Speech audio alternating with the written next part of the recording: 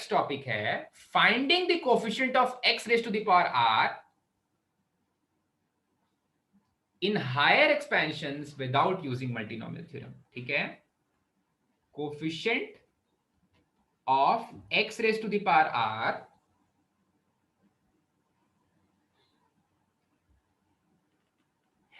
Higher expansions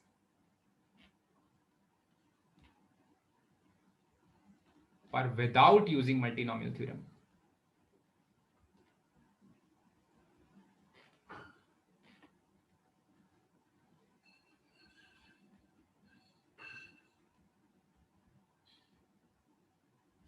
ठीक है, अब इससे रिलेटेड क्वेश्चंस एक एक करके करते जाते हैं। किस तरह के क्वेश्चंस आ सकते हैं? कोई थ्योरी नहीं है, कोई थ्योरी नहीं है, डिस्क्रीट बाइनोमियल थ्योरम का एप्लीकेशन है केवल। ठीक है, तो इसमें पहला क्वेश्चन है find coefficient of x raise to the power r in coefficient of x raise to the power r in 1 plus x cube raise to the power 9।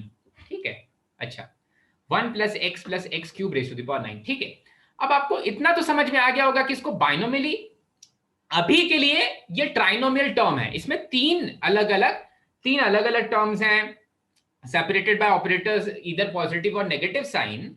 तो बाइनोमियल का अब मल्टीनोमियल तो यूज करना नहीं है, मल्टीनोमियल यूज नहीं करना है, और बिना मल्टीनोमियल यूज किए higher powers of sorry x raise to the power r का कोफिशिएंट चाहिए, तो हम कहीं ना कहीं मदद लेंगे बाइनोमियल एक्सपेंशन की ही, कहीं ना कहीं मदद लेने वाला बाइनोमियल एक्सपेंशन की। हमें क्या करना है, इस वाले पर्टिकुलर टर्म को दो टर्म्स के फॉर्म में स्प्लिट करो, दो टर्म्स के फॉर्म में स्प्लिट करो, जहां पर पहला टर्म पूरा का पूरा आपका 1 plus x हो जाए और दूसरा टर्म आपका x हो जाए। पहला टर्म 1 plus x हो जाए, दूसरा टर्म x क्यूब हो जाए। ठीक है, तो ये बाइनोमियली एक्सपैंड करना पड़ेगा, मतलब मैं मल्टीनोमियल का यूज नहीं करना चाहता, तो मुझे कहीं ना कहीं उसको बाइनोमियली ही सॉल्व करना पड़ेगा। कोई ऐसा ट्राइनोमियल के लिए कॉन्सेप्ट है, पर वो भी कहीं ना कहीं मल्टीनोमियल थ्योरम से जाकर के मिलता जुलता है।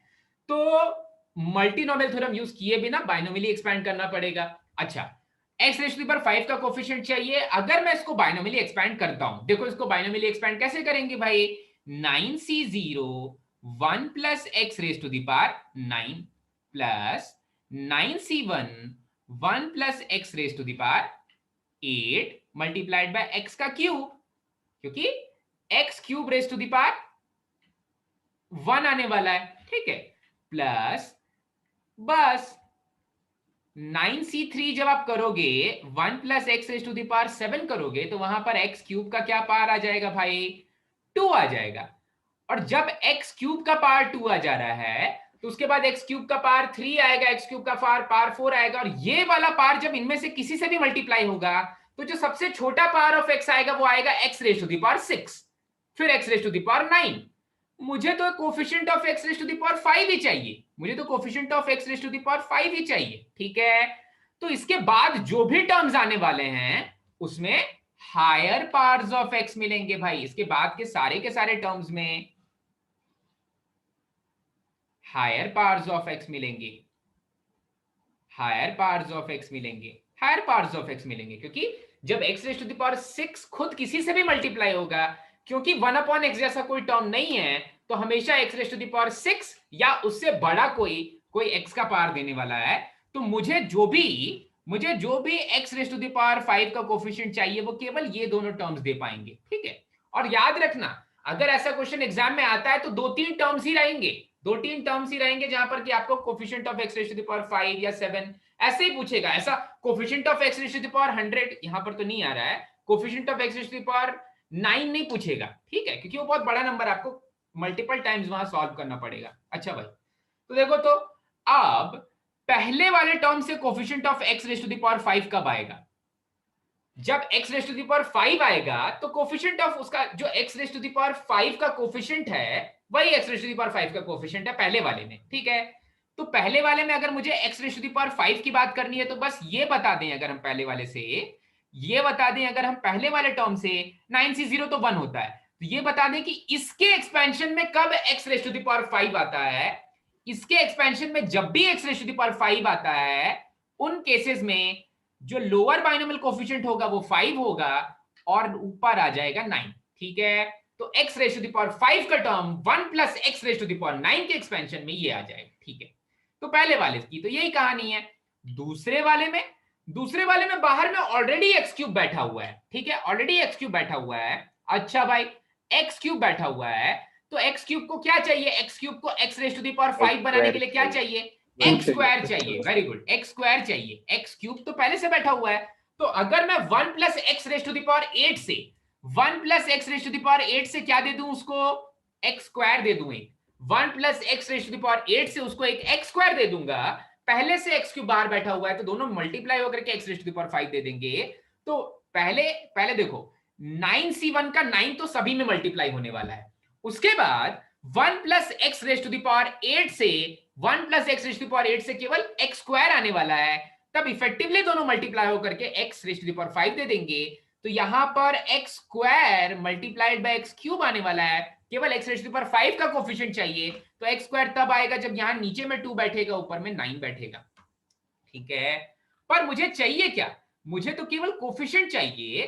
तो ये वाला बनेगा मेरा कोफिशिएंट और 9 मल्टीप्लाइड बाय 9c2 बन जाएगा मेरा कोफिशिएंट। ठीक है, 8 रहना चाहिए ना, 8c2 होगा ना, 8 आएगा ना। अच्छा हाँ 8 है सॉरी 8 है, 8c2 हो जाएगा। ठीक है, तो जो जो इफेक्टिव कोफिशिएंट हो जाएगा वो हो जाएगा 9c5 plus 9 multiplied by 8c2। ठीक है, ऐसा हो जाएगा। अब ऐसे वाले क्वेश्चंस करने सीखने हैं। ठीक है, ऐसे वाले क्वेश्चंस करने सीखने हैं। जल्दी से नोट कर लो भाई, जल्दी जल्दी आगे बढ़ते हैं। Sir, could you explain once again why 8c2 would come there? 8c2 is coming over there because from this particular term 1 plus x raised to the power 8, I'm expecting x square. This x square gets multiplied by this x cube to give me effective power of x raised to the power 5, which we were supposed to find. ठीक है, so contribution of 1 plus x raised to the power 8 will be in terms of powers of x will be x square only. And if I'm getting x square from the expansion of 1 plus x raised to the power 8, the lower binomial coefficient for x square is going to be 2 and total effective power is 8. So 8c2 multiplied by x square. ठीक है, Yes, sir. Thank okay, you. Fine. सभी ने note कर लिया भाई, बढ़ जाए आगे। हाँ, Yes. Yes. नेक्स्ट क्वेश्चन है find the coefficient of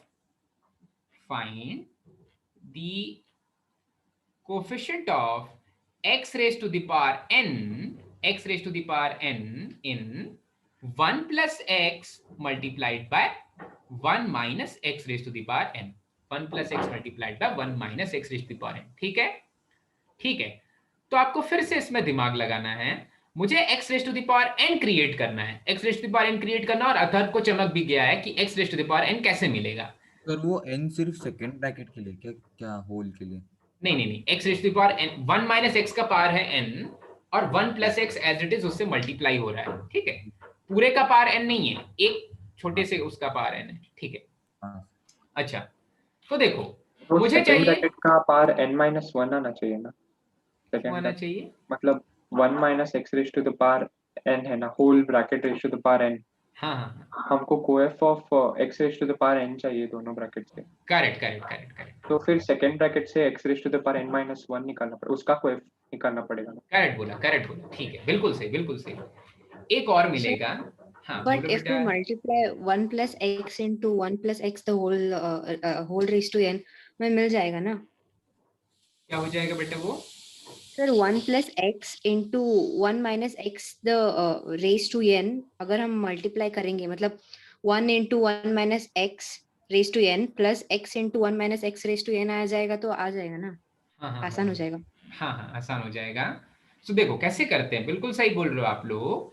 1 plus x को एज इट इज मैं लिख रहा हूं, और 1 minus x raise to the power n जो है, 1 minus x raise to the power n जो है, देखो इस वाले एक्सपेंशन से जब आप एक टर्म निकालोगे जिसमें x का पावर n है, और वो x का पावर n इस वाले 1 से मल्टीप्लाई होगा, तो मुझे coefficient of x power n मिल जाएगा, ठीक है। और इसी के एक्सपेंशन से जब आप निकालोगे x raise to the power n minus 1, ठीक है, और वो x raise to the power n minus 1 जब इस वाले x से मल्टीप्लाई होगा तभी भी मुझे x raise to the power n मिल जाएगा, ठीक है। तो दूसरे वाले bracket different powers of x दे रहा है, पहला वाला ब्रैकेट केवल दो डिफरेंट पावर्स ऑफ x दे रहा है, एक x raise to the power 0, दूसरा x raise to the power 1। तो दूसरे वाले ब्रैकेट से चीजें पार्टिसिपेट करेंगी। दूसरे वाले ब्रैकेट से अगर x raise to the power n minus 1 आ रहा है तो वो जाके मल्टीप्लाई होगा x से, जिससे इफेक्टिव पावर ऑफ x मिलेगा x raise to the power n। दूसरे वाले ब्रैकेट से अगर x raise to the power n आ रहा है तो वो 1 से जाके मल्टीप्लाई होगा और फिर से effective power of x raise to the power n मिलेगा। तो अब मैं चेक करता हूं ऐसा कि x raise to the power n minus 1 का कोफिशिएंट क्या होगा।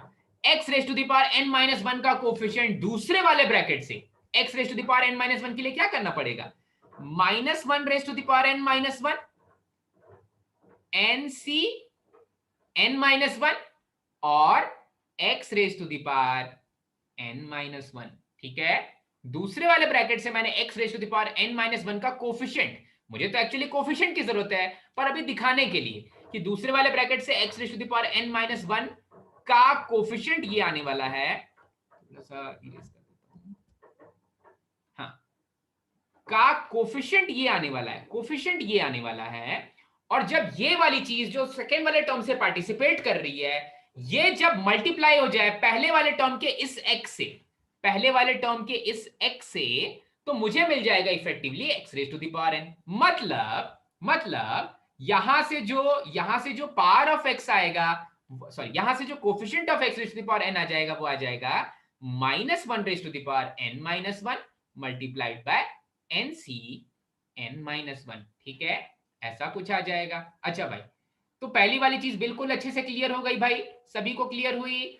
दूसरा ब्रैकेट पार्टिसिपेट कर रहा है, दूसरे ब्रैकेट से x raise to power n minus n का कोफिशिएंट निकाल लो, वो जब x रेज टू पावर 1 से मल्टीप्लाई होगा तो x raise to power n बन जाएगा।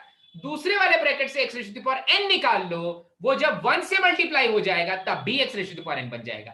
तो दूसरे ब्रैकेट से x raise to power, Anisha बताएगी, दूसरे ब्रैकेट से x raise to power n का कोफिशिएंट क्या हो जाएगा अनीशा?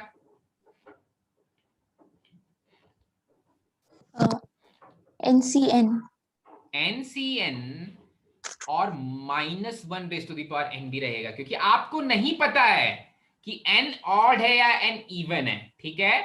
तो दूसरे ब्रैकेट से आने वाला है NCN x raise to the power n और पहले ब्रैकेट का 1 से मल्टीप्लाई होगा तो इज इक्वल्स टू नहीं है, मैं केवल कोफिशिएंट निकाल के रख रहा हूं। तो कोफिशिएंट आने वाला है minus 1 raise to the power n, coefficient आने वाला है minus 1 raise to the power n, ठीक है। अब मुझे चाहिए दोनों कोफिशिएंट्स का सम, क्योंकि x raise to the power n का कोफिशिएंट चाहिए, तो यही दोनों टर्म से x raise to power n बन रहा है। तो फिर इन दोनों का सम निकाल लो भाई, इन दोनों का जो सम हो जाएगा वो पूरे के पूरे कोफिशिएंट्स का सम हो जाएगा।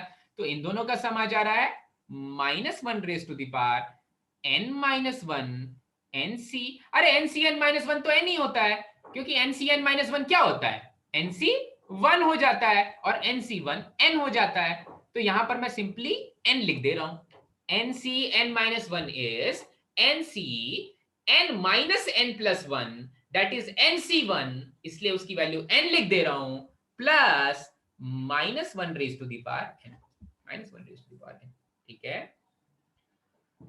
ओके, ठीक है भाई, सिंप्लीफाई थोड़ा सा करना चाहोगे तो आप minus 1 raise to the power n को कॉमन ले लो। यहां से minus 1 raise to the power n को अगर आप कॉमन ले लोगे तो अंदर में बचेगा एक, तो प्लस यहां पर बचेगा, देखो minus 1 raise to the power n common ले रहे हैं तो पहले वाले टर्म में माइनस ऑफ n बच जाएगा, क्योंकि आपने एक एक्स्ट्रा माइनस 1 से ऊपर नीचे मल्टीप्लाई डिवाइड किया, तो ऊपर तो बन गया minus 1 raise to the power n, नीचे बन गया माइनस ऑफ 1, तो माइनस ऑफ n बच गया और दूसरे वाले टर्म में बचा प्लस 1, ठीक है। तो ये इफेक्टिवली आ जाएगा 1 minus n multiplied by minus 1 raise to the power n।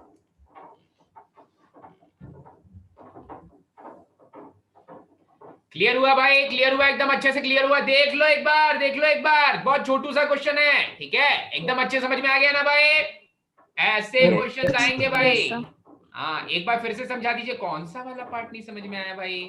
कौन सा सर, वाला first पार्ट नहीं समझ में आया? क्या चीज? First part. फर्स्ट पार्ट में बोल रहा है, सबसे पहले क्वेश्चन ये बोल रहा है कि हमें चाहिए coefficient of x raise to the power n।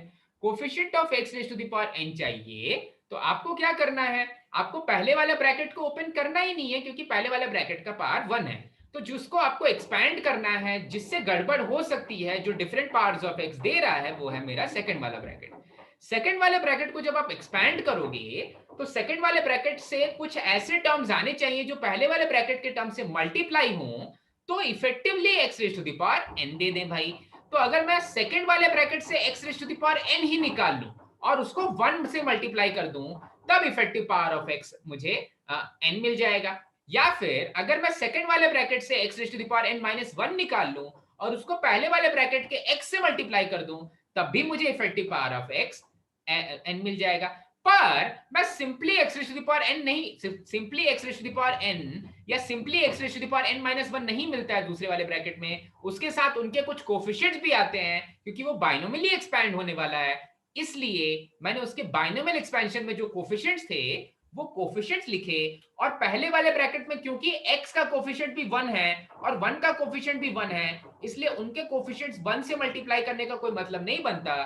तो जो दूसरे वाले ब्रैकेट से x raise to the power n minus 1 और दूसरे वाले ब्रैकेट से x raise to the power n के कोफिशिएंट्स आ रहे थे, सिंपली वो कोफिशिएंट्स को मैंने ऐड कर दिया, और उसके बाद लास्ट वाला पार्ट तो आई गेस आपको समझ में आ गया होगा। ठीक है, yes sir.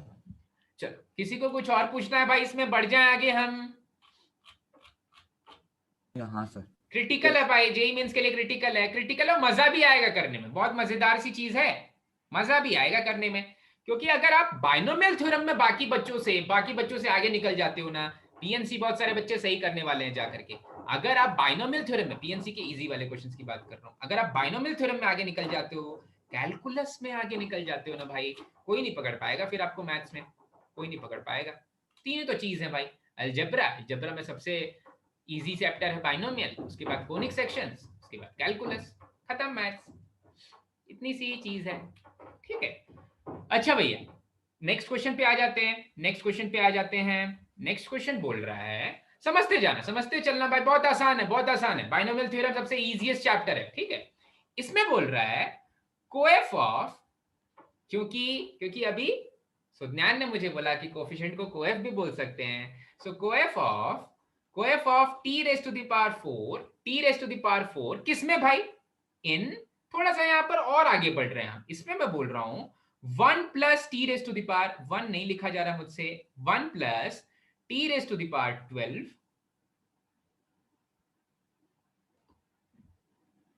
1 plus t raise to the power 12 multiplied by t raise to the power 24 plus 1 multiplied by 1 plus t square का पावर 12। ठीक है, ऐसा है। T raise to the power 4 तो बहुत जल्दी मिल जाएगा।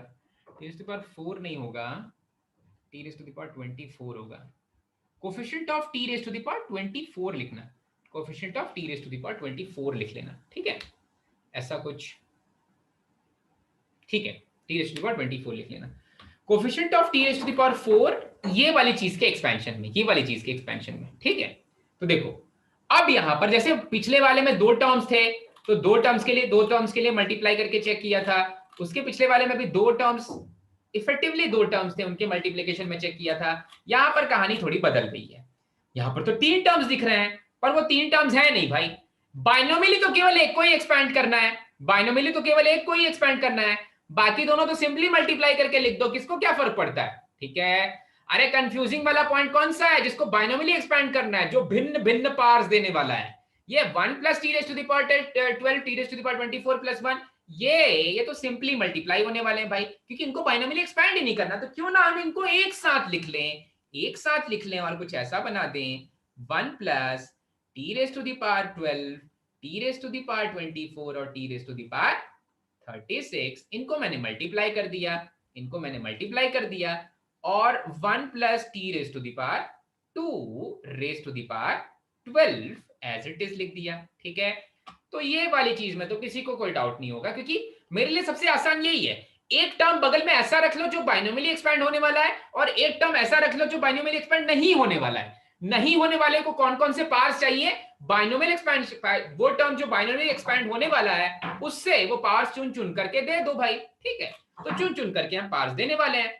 अच्छा भाई, t raise to the power 24 चाहिए, तो 1 को क्या चाहिए भाई दूसरे वाले बाइनोमियल एक्सपेंशन से? t raised to the power 24 t raise to the power 24 चाहिए। t raise to the power 12 को क्या चाहिए दूसरे वाले के एक्सपेंशन से?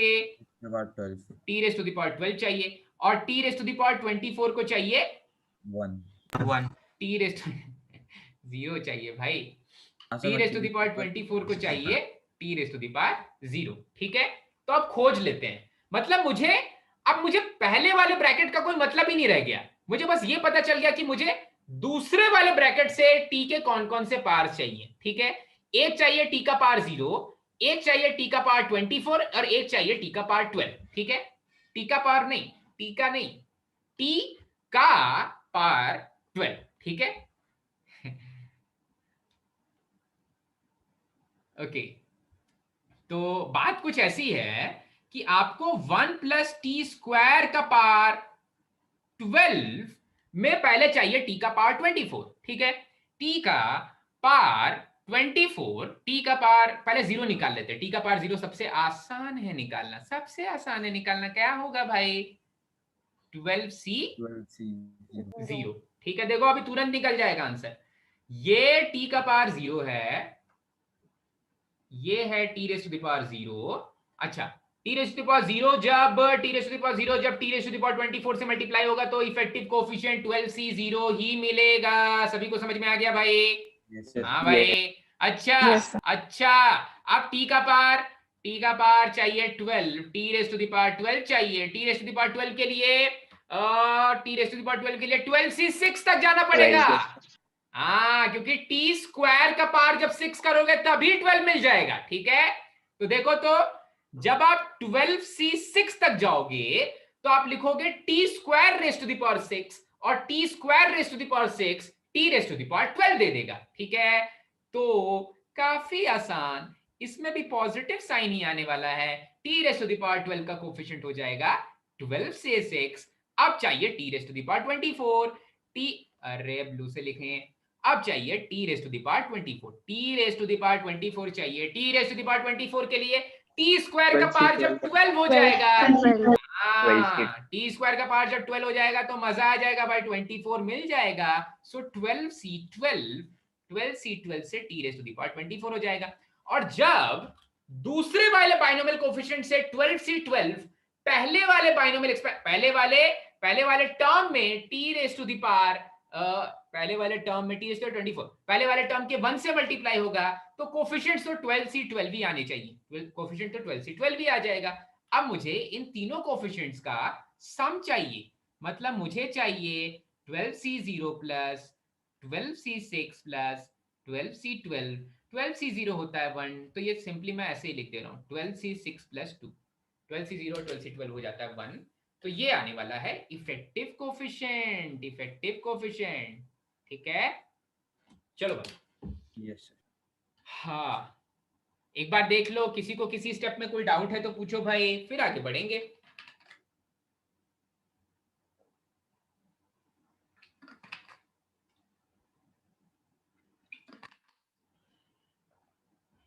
चलो, सभी को अच्छे से समझ में आ गया भाई?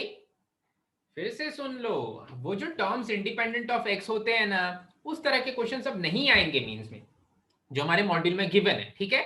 तो मॉड्यूल का लेवल काफी नीचे है जो एक्चुअल जेई मींस का लेवल है उससे, ठीक है। तो मॉड्यूल सॉल्व करके सेटिस्फाइड नहीं हो जाना है भाई। तो इस तरह के क्वेश्चंस आ सकते हैं, इस तरह के क्वेश्चन सॉल्व करने हैं। बढ़ जाए आगे भाई। चल नेक्स्ट क्वेश्चन है, यस सर। नेक्स्ट क्वेश्चन है, हाँ, यहां पर एक एक्सपेंशन दिया हुआ है 1 plus x raise to the power m multiplied by 1 minus x raise to the power n, ठीक है। ऐसा कुछ दिया हुआ है और ये लिखा हुआ है कि ये बराबर है 1 plus 3x minus 6x square plus so on के, ठीक है।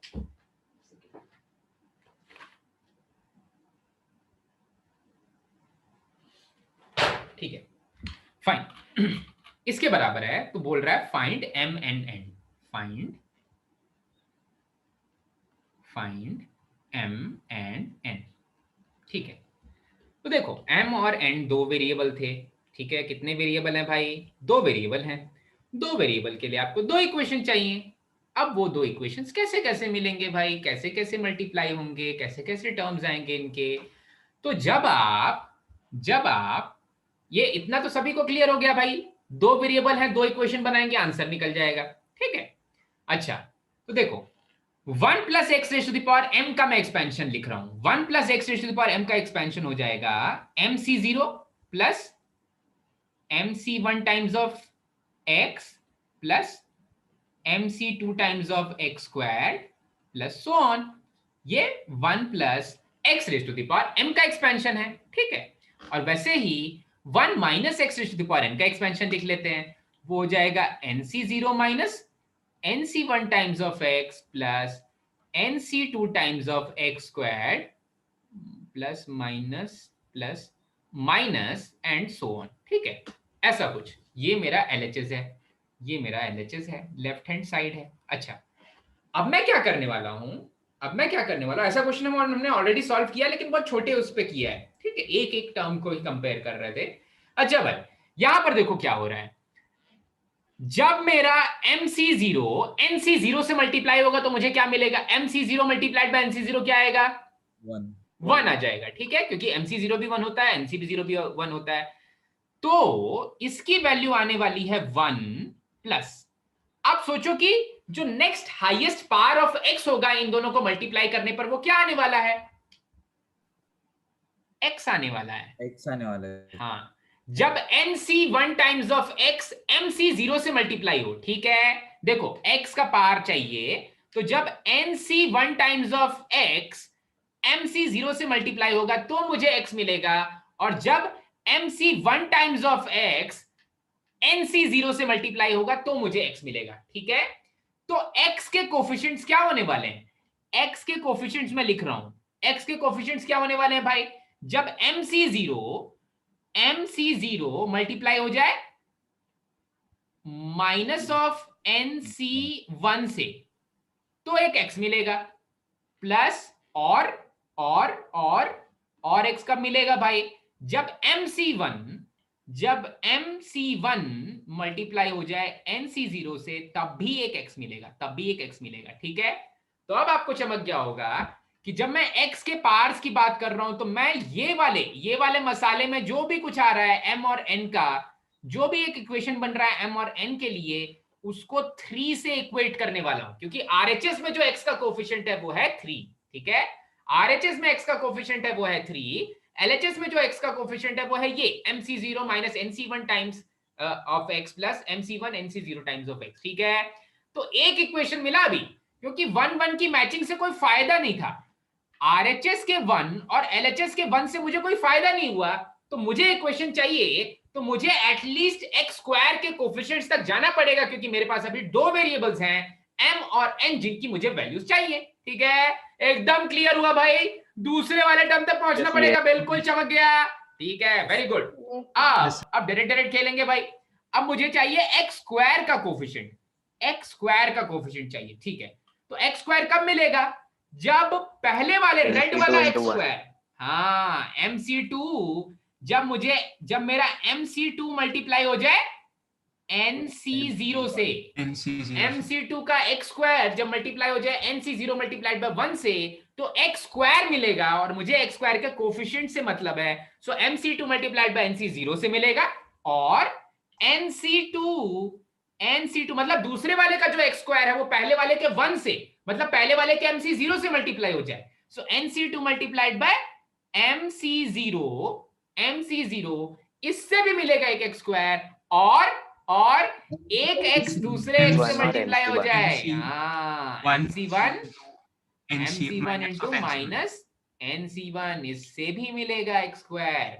तो अब जो मैंने मसाला लिखा, ये वाला मसाला किसके बराबर आना चाहिए भाई? माइनस ऑफ 6 के, ठीक है। अगल बगल में उठा के लिख दो इनको, रख दो इन्हें। तो देखो, तो mc0 होता है 1, माइनस NC1 होता है minus of n plus MC1 होता है m, NC0 होता है 1। तो this thing m plus n की m माइनस n की वैल्यू 3 के बराबर है। अच्छा ठीक है, पहला वाला इक्वेशन मिल चुका है, हमें 2 इक्वेशन चाहिए थे, एक इक्वेशन मिल चुका है, दूसरा इक्वेशन मैं ये ग्रीन वाले को ग्रीन वाले से कंपेयर कर रहा हूं, मतलब MC2 मतलब m माइनस 1/2, NC2 मतलब n minus 1/2, MC1 into NC1 मतलब माइनस ऑफ mn, इसकी वैल्यू माइनस ऑफ 6 के बराबर है। ये बनने वाला है मेरा दूसरा इक्वेशन। अब दूसरे इक्वेशन को थोड़ा सा रिजॉल्व करना पड़ेगा, थोड़ा सा नहीं, बिहारी लोग थोड़ा को थोड़ा बोलते हैं, पर मैंने थोड़ा ही बोला है, ठीक है।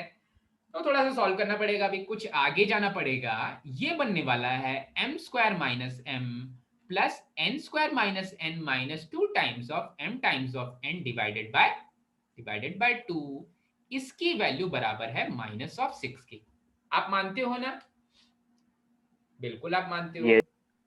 तो आपको दिखता होगा, मैं दूसरा वाला इक्वेशन सॉल्व कर रहा हूं, तो देखो, तो m square plus n square minus 2mn, m minus n का whole square, minus m minus n minus of m plus n, ठीक है, डिवाइडेड बाय, सही है ना? हाँ ठीक है, divided by 2 is equals to minus of 6।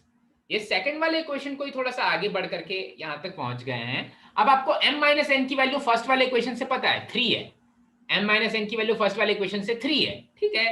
तो ये वाली चीज को मैं ऐसे लिख सकता हूं भाई, 3 square minus m plus n divided by 2 is equals to minus of 6।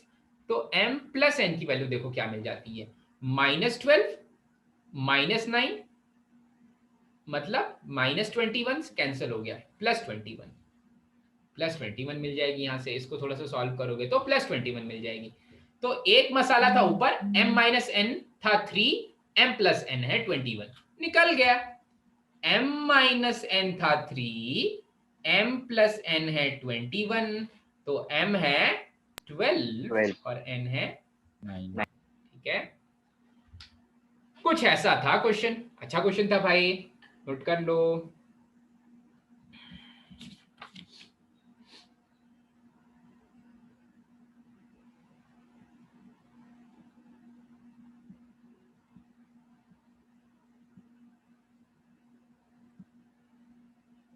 चलो सर एक डाउट था सर, वहां पे m इक्वल्स n और m not equal to n लेके कर सकते हैं? m equals to n, m not कहां पर बेटा? ऊपर। यहाँ पर क्या, यहाँ पर सारे परफेक्ट स्क्वायर्स नहीं है ना।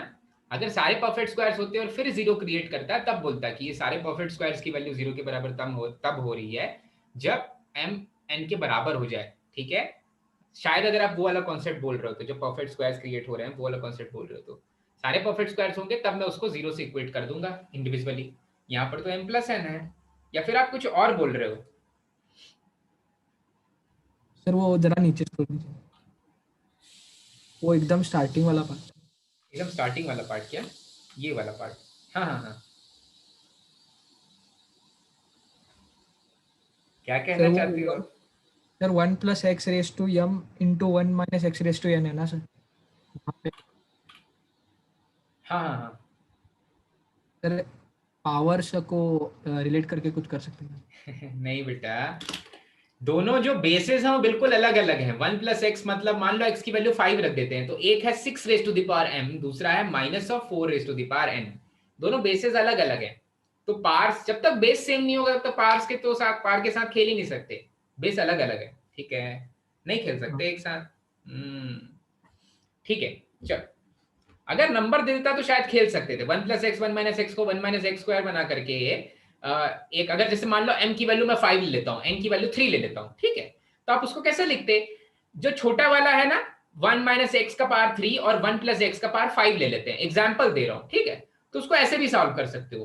पहले वाले 1 plus x raise to the power 5 में से 1 plus x square 1 plus x raise to the power 2 बाहर निकाल लो, और दूसरे वाले के लिए 1 plus x into 1 minus x का होल पावर 3 कर दो, तो वो बन जाएगा 1 माइनस एक्स स्क्वायर का पावर 3। तो पहले वाले से मिला 1 प्लस एक्स का होल स्क्वायर और दूसरे वाले से 1 माइनस एक्स स्क्वायर का पावर 3। फिर भी वो दो टर्म्स के फॉर्म में ही बचा हुआ है, फिर भी वो दो टर्म्स के फॉर्म में ही है, तो कोई बहुत ज्यादा फायदा नहीं हुआ। हम क्या करना चाहते हैं, हम मल्टीप्लीकेशन तब करते हैं जब नंबर ऑफ टर्म्स कम हो जाए, जैसे इसके पहले वाले क्वेश्चन में हुए थे ना। इन दोनों को मल्टीप्लाई करने का फायदा क्या हुआ था कि नंबर ऑफ टर्म्स है जहां से अलग अलग पार्ट्स आ रहे हैं, वो नंबर ऑफ टर्म्स कम हो जा रहे थे जब मैंने इन दोनों को मल्टीप्लाई कर दिया। तो यहां तो दोनों बाइनोमियली एक्सपैंड कर रहे हैं। और अभी थोड़ी देर पहले एक स्टेटमेंट बोली थी, जब बाइनोमियली एक्सपैंड करते हैं तो उनको अकेला छोड़ देना चाहिए, जो बाइनोमियली एक्सपैंड नहीं करते उनको मल्टीप्लाई कर देना चाहिए। ठीक है, चलो भाई, चलो नेक्स्ट वाले क्वेश्चन पे आ जाते हैं।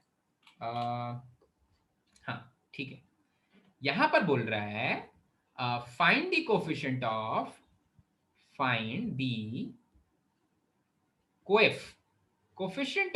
x raised to the power 7 in 1 minus x square plus x cube, ठीक है, raised to the power 6, ठीक है। चलो लगाओ तो दिमाग भाई, काफी क्वेश्चंस कर लिए हमने ऑलरेडी, लगा दो दिमाग भाई, कैसे शुरुआत करेंगे।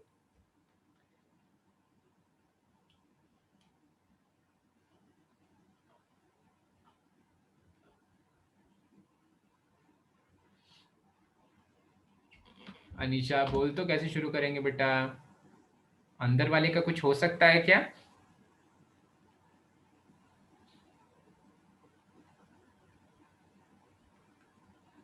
देखो पहले वाले में और लास्ट वाले में डिफरेंस क्या है, जो इस सीक्वेंस में मैंने पहला वाला क्वेश्चन बताया था, आप तीन टर्म्स को कभी फैक्टराइज नहीं कर सकते। ये तीन ट्राइनोमियल को फैक्टराइजेशन, ट्राइनोमियल का नाम, उन तीन टर्म्स को क्या फैक्टराइज करोगे, उसको तोड़ के फैक्टराइज कर सकते हो। ठीक है, चार टर्म्स दिए हुए हैं, क्या बाइनोमियली बन एक्स स्क्वायर और एक्स क्यूब में से x square common?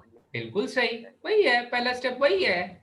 Binomial expansion तक पहुंचना है, हर एक चीज को बाइनोमियली एक्सपैंड करने की कोशिश करनी है। तो देखो तो ये पहला वाला 1 माइनस एक्स, और यहां से अगर आपने minus of x square common ले लिया तो उसके पास भी 1 माइनस एक्स है, whole raise to the power 6 है। ठीक है, तो देखो अगर कॉमन खेलोगे तो 1 माइनस एक्स स्क्वायर होगा और 1 माइनस एक्स बनेगा और whole raise to the power 6 बनेगा। मतलब आपके पास दो बाइनोमियल एक्सपेंशंस हैं। अब अभी तक क्या था, एक बाइनोमियल एक्सपेंशन और एक ऐसा टर्म मैं दे रहा था जिसमें कि वो एक्सपैंड ही नहीं हो रहा था। अब दोनों बाइनोमियल एक्सपैंड कर रहे हैं, एक 1 माइनस एक्स स्क्वायर का पावर 6 बाइनोमियल एक्सपैंड कर रहा है, दूसरा 1 माइनस एक्स का पावर 6 बाइनोमियल एक्सपैंड करना, और हमें यूज नहीं करना है मल्टीनोमियल थ्योरम, तो फिर मुझे x raise to the power 7 चाहिए। ठीक है, अब लगाते हैं दिमाग, x raise to the power 7 चाहिए, तो इसको थोड़ा सा मैं एक्सपैंड कर देता हूं, किसी एक को तो थोड़ा छोटा करना पड़ेगा। देखो क्यों कर रहा हूं ये समझ जाना। पहले वाले को मैं एज इट इज रख रहा हूं 1 माइनस एक्स स्क्वायर का पावर 6, क्योंकि इसका एक्सपेंशन थोड़ा मेरे लिए थोड़ा टफ लग रहा है, मुझे थोड़ा मुश्किल लग रहा है। ठीक है, आप चाहो तो दोनों में से किसी एक को एक्सपैंड कर सकते हो, चलो पहले वाले को ही करते हैं। हाँ, पहले वाले को एक्सपैंड कर देते हैं। एक्स स्क्वायर में से 1 माइनस एक्स 1 प्लस एक्स लेके हाँ 1 minus x raise to the power 12 बनेगा और 1 plus x raise to the power 6। बिल्कुल सही, ले लेते हैं और इजी हो जाएगा। तो देखो तो ऋषिकेश ने बोला कि सर ये 1 plus x raise to the power 6 है, ये 1 minus x raise to the power 6 है, और ये भी 1 minus x raise to the power 6 है। तो ये कुछ ऐसा बन गया भाई, 1 plus x raise to the power 6 और 1 minus x raise to the power 12, 1 minus x raise to the power 12। अच्छा भाई, अब समय आ गया है कि आपको किसी एक को तो एक्सपैंड करना पड़ेगा। ठीक है, तो अब ज्यादा कंफर्टेबल कौन सा है, 1 प्लस एक्स को एक्सपैंड करना। हाँ, तो देखो मैं 1 प्लस एक्स को एक्सपैंड कर रहा हूं, तो ये हो जाएगा 6c0 plus 6c1 x plus 6c2 x squared plus 6c3 x raise to power 7 तक जाना है ना, x cube plus 6c4 x4, ये एक्चुअली थोड़ा टफ हो गया ऋषिकेश, प्लस 6c5 में बताता हूँ, x raise to power 5 plus 6c6 x raise to power 6,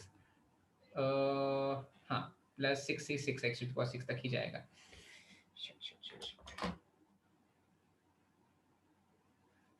चलो 6c6 x raise to power 6, ठीक है। चलो बहुत अच्छा, पहले वाले को हमने एक्सपैंड कर दिया, x के डिफरेंट पार्ट्स लिख लिए, दूसरे वाले में से केवल 1 minus x raise to the power 12 भी लिखते हैं, ठीक है। चलो अब एक एक करके चेक करते हैं। ये 6c0 को क्या चाहिए?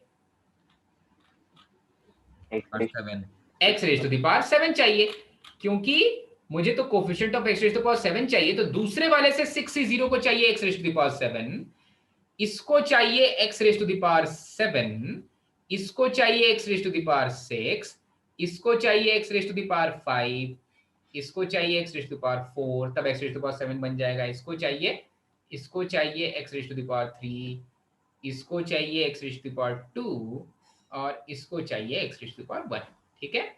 ये सारी चीजें चाहिए इन्हें। चलो तो पहले वाले टर्म से मतलब ये वाला जो कोफिशिएंट 6c0, पहले वाले से आएगा 6c0, कोफिशिएंट चाहिए, पहले वाले से आएगा 6c0, दूसरे वाले से क्या आएगा भाई?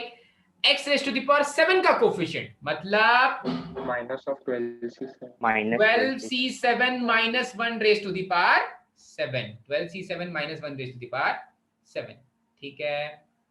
ओके, प्लस एक एक करके आगे बढ़ते हैं। ये देगा 6c1, पहले वाले से 6c1 आएगा, x raise to the power 6 मतलब 12c6, बस 12 minus 1 raise to the power 6 आएगा, उसको लिखता नहीं हूं मैं, ठीक है। प्लस तीसरे वाले से आएगा 5 तक पहुंच गए ना, 6 हो गया, 5 तक पहुंच गए, ठीक है। मतलब 6c2 यहां से आएगा, दूसरे वाले से चाहिए 5, मतलब 6c2 12c5 minus 1 raise to the power 5, जाते जाओ आगे भाई, plus 6c3 multiplied by 12c4 plus 6c4 multiplied by 12c3 minus 1 raise to the power 3 plus 6c5 12c2 plus 6c6 12c1 minus 1, तो कुछ ऐसा दिखने लग जाएगा। पॉजिटिव वाले टर्म्स को मैं एक साथ ले रहा हूं, तो 6c1 12c6 plus 6c3 12c4 plus 6c1 6c5 दोनों सेम ही है, 6c5 12c2 6c5 12c2, ये मेरे पॉजिटिव वाले कोफिशिएंट्स आ जाएंगे, माइनस नेगेटिव वाले कोफिशिएंट्स लिख लेते हैं आप, मतलब 6c0 12c7 plus 6c2 12c5 plus 6c4 12c3 plus 6c6 12c1, ठीक है। इसको सॉल्व करने पर आंसर आएगा, ठीक है। अब देखो, आप जितना x का पार्ट जितना बड़ा कर दो ना, x का पार्ट जितना बड़ा कर दो, एक तो ये वाली चीज आ रही है, एक तो ये नीचे वाली चीज आ रही है, ठीक है। तो एक पार्ट तो ये वाला आंसर है भाई, ये वाली चीज भी अच्छी चीज बोल दी इसने, क्योंकि इससे एक चीज समझ में आ जाएगा कि ऐसा आपको क्यों नहीं करना है, ऐसा करने से क्या नुकसान हुआ, ठीक है। तो हाँ भाई, तो इतना तो आंसर आ जाएगा, ये तो चमक गया सभी को, ये आंसर तो चमक गया सभी को, अच्छे समझ में आ गया। अच्छा ठीक है, अब जहां पर मैंने इसको एक्सपैंड किया था, मैं यहां से यहां पर पहुंचा था, यहां से यहां पहुंचा था, और फिर मैंने नए तरह से इसको सोचा था, ठीक है। अब देखो यहां से इसको सॉल्व करने में क्या फायदा है, मैं यहां से फिर से सॉल्व कर रहा हूं, 1 minus x square raised to the power 6 of x when we expanded, so that will be easy to get the coefficient, less number of cases, less number of coefficients will be there. So मैं यहां से अगर ले लूं, फिर से वहां पर पहुंच जा रहे हैं, ठीक है, वहां पर पहुंच जा रहे हैं, तो ये वाला जो आंसर आया, मैं मान लेता हूं कि ये वाला इस वाले फॉर्मूले से, इस वाले को एक्सपैंड करके आया है, ठीक है, इस वाले को एक्सपैंड करके आया है, और हाँ, इस वाले का एक्सपेंशन मैं नीचे में कर रहा हूं भाई, ठीक है। तो ये वाला फॉर्मूला आगे निकाल लिया। अब इसका एक्सपेंशन देख रहे हैं। किसका एक्सपेंशन देख रहे हैं भाई? 1 minus x square raise to the power 6 multiplied by 1 minus x raise to the power 6, 1 minus x, ठीक है, ओके, ठीक है। तो हाँ भाई, अब देखो मैं क्या बोल रहा हूं, ये तो मुझे लीनियर पार्स देने वाला है, ये तो मुझे लीनियर पार्स देने वाला है भाई। तो इससे लीनियर पार्स लेंगे, पहले वाले को देखो कैसे एक्सपेंड कर रहे हैं। पहले वाले का एक्सपेंशन में कुछ ऐसा लिख रहा हूं, इसका एक्सपेंशन क्या होगा? इसके एक्सपेंशन में आएगा एक आएगा x raise to the power 0, फिर आएगा x raise to the power 2, x raise to the power 4 और x raise to the power 6। ये मुझे पता है, ये पता है मुझे, ओके। और इसके जो कोफिशिएंट्स होंगे वो हो जाएंगे 6c0, यहां पर आएगा -6c1 plus 6c2 minus 6c3, ठीक है, ऐसा आ जाएगा। और x raise to the power 6 से आगे जाएंगे नहीं, तो पहले वाले का एक्सपेंशन ये आ गया। दूसरे वाले का एक्सपेंशन नहीं करेंगे, क्योंकि मुझे पता चल गया कि अब इसको किस चीज की जरूरत है, x raise to the power 7 की, इसको जरूरत है x raise to the power 5 की, इसको जरूरत है x क्यूब की, और इसको जरूरत है x1 की, ठीक है। तो अब मैं इफेक्टिव कोफिशिएंट्स ऐसा लिख लेता हूं, 6c0, और दूसरे वाले से x पावर 7 चाहिए, कभी मिलेगा क्या? नहीं मिलेगा।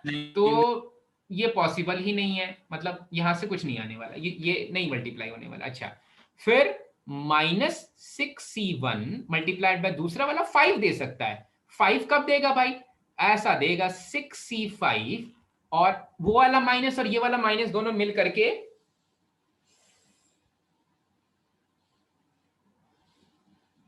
हाँ भाई 6c1 का नेगेटिव, और जब आप 6c5 लोगे तो उसके साथ भी एक नेगेटिव साइन आएगा, 6c5 x raise to the power 5 into -1 raise to the power 5, वो दोनों माइनस माइनस मिलके प्लस बना लिए। अच्छा भाई, हाँ प्लस, यहां से मिला 6c2 उधर से मिलेगा, मुझे x क्यूब चाहिए, x क्यूब फिर से एक नेगेटिव अपने साथ लेके आएगा, तो उधर से आएगा 6c3, लेकिन वो अपने साथ एक नेगेटिव साइन भी लेके आएगा, अपने साथ एक नेगेटिव साइन भी लेकर के आएगा, ठीक है। और लास्ट वाला है -6c3 x raise to the power 1, जब दूसरा वाला bracket x raise to the power 1 contribute करे, दूसरा वाला bracket x raise to the power 1 contribute करेगा तो 6c1 चाहिए, उससे 6c1 देगा तो वो एक नेगेटिव साइन भी दे देगा, तो फिर प्लस हो जाएगा, ठीक है। तो नंबर ऑफ टर्म्स कम हो गए, नंबर ऑफ टर्म्स अचानक से कम हो गए भाई, अचानक से कम हो गए। तो आपको क्या करना है, अब आप ट्रिक समझ जाओ भाई, थोड़ा बहुत तो समझ भी गए होगे, ठीक है। तो पहले तो इतना समझ में आया कि ये वाली चीज कैसे कैलकुलेट हुई, समझ में आ गया भाई? हाँ। अब देखो इंपॉर्टेंट चीज क्या है, आपको हमेशा जब आपको कोफिशिएंट किसी चीज का निकालना है, तो इस प्लेस में x का पावर जितना भी बड़ा हो जाए उतना अच्छा है आपके लिए, इस प्लेस पे x का पावर जितना बड़ा हो जाए उतना ज्यादा अच्छा है, और उसी वाले x के पावर को एक्सपैंड करना है। जो बड़ा वाला पावर है उसको एक्सपैंड कर दो, क्योंकि वो कम नंबर ऑफ टर्म्स तक जाएगा, ठीक है। तो बड़े वाले पावर को एक्सपैंड कर दिया, बड़े वाले पावर को एक्सपैंड कर दिया, तो नंबर ऑफ टर्म्स कम मिल गए भाई, ठीक है। तो दोनों मेथड समझ में आ गया भाई, ज्यादा एक्सपैंड नहीं करना है। चमका? यस एक और क्वेश्चन कर ले क्या? हाँ, लंबा क्वेश्चन नहीं होना चाहिए, लंबा क्वेश्चन नहीं होना चाहिए, तो आसान क्वेश्चन करेंगे। आपका, मेरा, हम सभी का फेवरेट किसी रूल पे है ये क्वेश्चन, ठीक है। आपको चाहिए अब coefficient of x raise to the power 5 in the expansion of 1 plus x raise to the power 21 plus में, अब मल्टीप्लिकेशन में नहीं है, 1 plus x raise to the power 22 plus 1 plus x raise to the power 23 plus so on up to plus 1 plus x raise to the power 30, ठीक है। लगा दो दिमाग तुरंत, मतलब मिनटों में आंसर, चुटकी में आंसर निकलेगा भाई, इसका चुटकी में निकलेगा एकदम। एपी का सम, जीपी का सम नहीं आएगा भाई, देखो मल्टीप्लीकेशन में तो है नहीं, मल्टीप्लीकेशन में नहीं है, मल्टीप्लीकेशन में नहीं है तो x पावर 5 कैसे मिलेगा? हाँ सर बोल रहा है, बोल। ब्रैकेट में सर x की पावर 5 आना चाहिए सर, हाँ हर एक में x का पावर 5 आना चाहिए, ऐड करना क्योंकि चाहिए। क्योंकि मल्टीप्लीकेशन नहीं है तो हर एक में x का पावर 5। तो 1 plus x raise to the power 21 में x का पावर 5 कब आएगा? x का पावर 5 का कोफिशिएंट क्या होगा? 21C5 very good. दूसरे वाले में प्लस 22C5 हाँ, तीसरे वाले में 23C5। ऐसे करते करते कहां तक? 30C5 तक। यही x raise to the power 5 का कोफिशिएंट हो जाएगा। अब इसको ऐसा लिखने में शोभा नहीं देता भाई, तो कैसा लिखें भाई? सॉरी हमें अच्छा नहीं लग रहा, इसको कैसा लिखें? हम चाहते हैं जो यूज करना उसके लिए इसको कैसा लिखना चाहिए? अथर अनम्यूट करके बोल। सर नहीं सर, वो रूल नहीं याद आ रहा है सर अभी। अच्छा रूल नहीं याद आ रहा, अभी याद करा देता हूं। इसको आग लगाना लिखो। है, हाँ आग लगाना है। सर वही आग लगाना है, आग लगाना है, लेकिन आग Last लगाने के लिए property। नीचे वाला एक एक इंक्रीज करना चाहिए।